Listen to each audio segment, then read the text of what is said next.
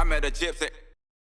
Coop, I got two questions. One's serious and one's unserious. Which one would you like first? We'll do serious then unserious. All right. So you are now a 3-time Supercross champion.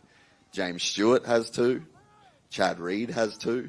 There's a whole bunch. Tomac has 2. Like, there's a whole bunch of dudes that have only ever managed to get 2 championships.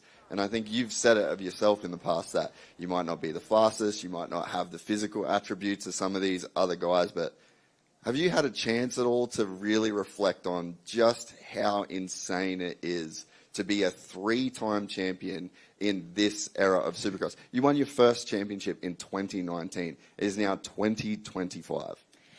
That's, I think, the biggest thing, like you said, right? The time gap, right? In 19 and 21, it was almost like you're programmed, and I'm just at Eldon's, and we're grinding, and, you know, it was great. And the competition was super stiff, but things were coming at me just almost too good sometimes, right? Like, it just, you take a win for granted because we were clicking so much. So that's what really makes this one stand out, was the time gap, the injuries, 2022 season that was, you know, ridiculously bad.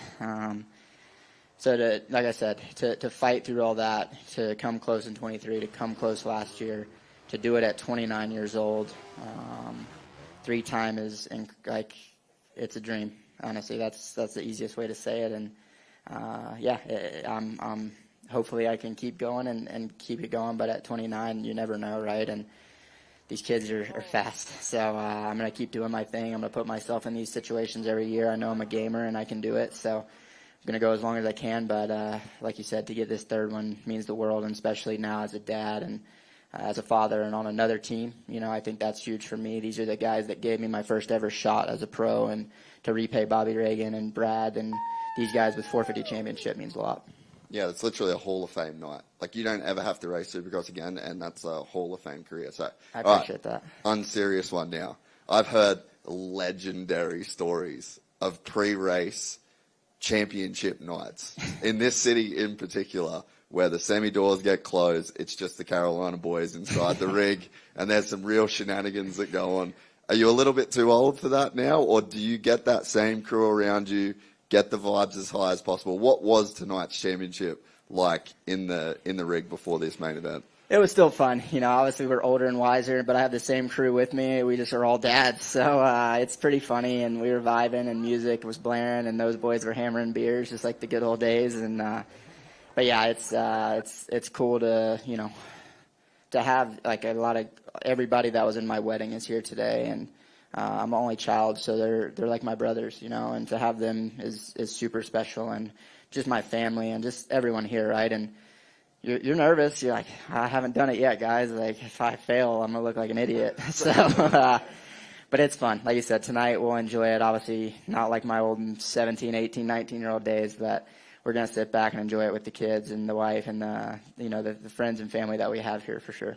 This is gonna be for Jacob and you, Malcolm. You guys both at the end of the season both found a lot of form. That kind of put you in an awkward position where you're kind of in the championship battle and affecting points. Your teammate is the guy that eventually won the championship, and you train with him every single day, year on year on year. So there's a real relationship there. What was that balance like, knowing that you both had teammates in the championship fight, and how hard was that to manage while you're also having some of the best results of your career? It's pretty fun. It's cool to battle with these guys. They're going for a title, obviously. They have a lot on the line, and just to be part of it is special, I think. And yeah, for me, coming into form at the end of the season was important for me, and you know, just ending it this way with 3 straight podiums is pretty cool for me. And you know, it helps a lot. Had a little bit of a rough start to the season, so to, you know, end it this way is cool. And yeah, I gotta give it up to those two. They've been riding unreal.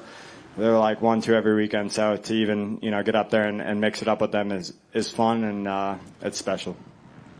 Yeah, I mean, kind of what Jacob said is it was awesome to kind of be in that battle, and I kind of felt like Jacob was in having mixed feelings last weekend whenever he was like fast enough to at least get second, but you know, at the end of the day, he kind of having you know, you obviously you don't want to pass your teammate like that, hurt the championship. So this weekend, I'm like, I learned from a mistake last weekend. I'm like, I know he ain't gonna just try to pass him up straight up. And I felt like J. Coop, once I got around him, he was like, all right, I gotta go. So at the end of the day, we did the best we can, and it's just glad that me and him are just being talked about, right?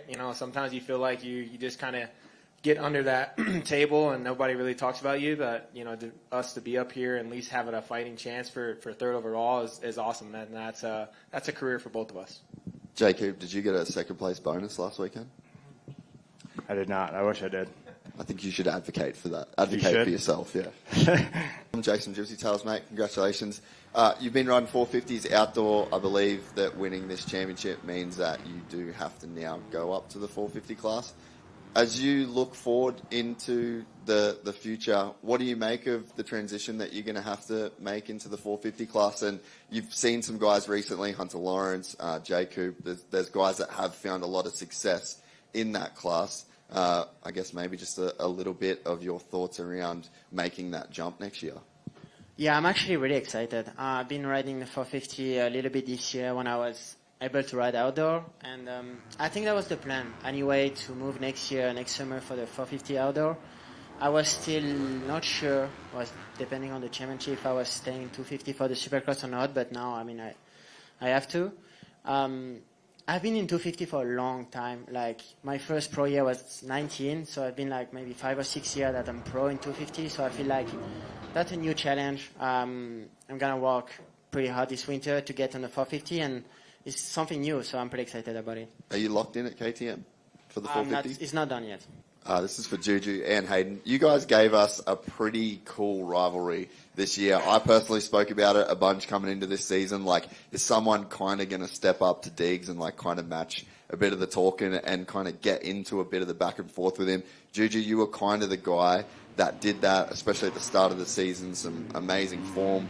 You guys went at it at Seattle. It kind of was this rivalry that we were kind of asking for. Now that it's all said and done, was it a fun experience for you both to kind of go through? Hayden, you've never really had anyone that kind of stepped up in that way, but what was it like for you guys, and maybe even just some of the extra attention that brought to the 250 class? Yeah, I enjoyed it. It was fun. I had a good start to the season, but he kicked my ass for like 6 rounds. So, no, it was fun though. I enjoyed it. Yeah, it was fun, but I just wanted to win. So I was like, if I can try and mentally break this kid, that's the way I'm gonna do it. And I did it. So I was like, how can I mentally break him?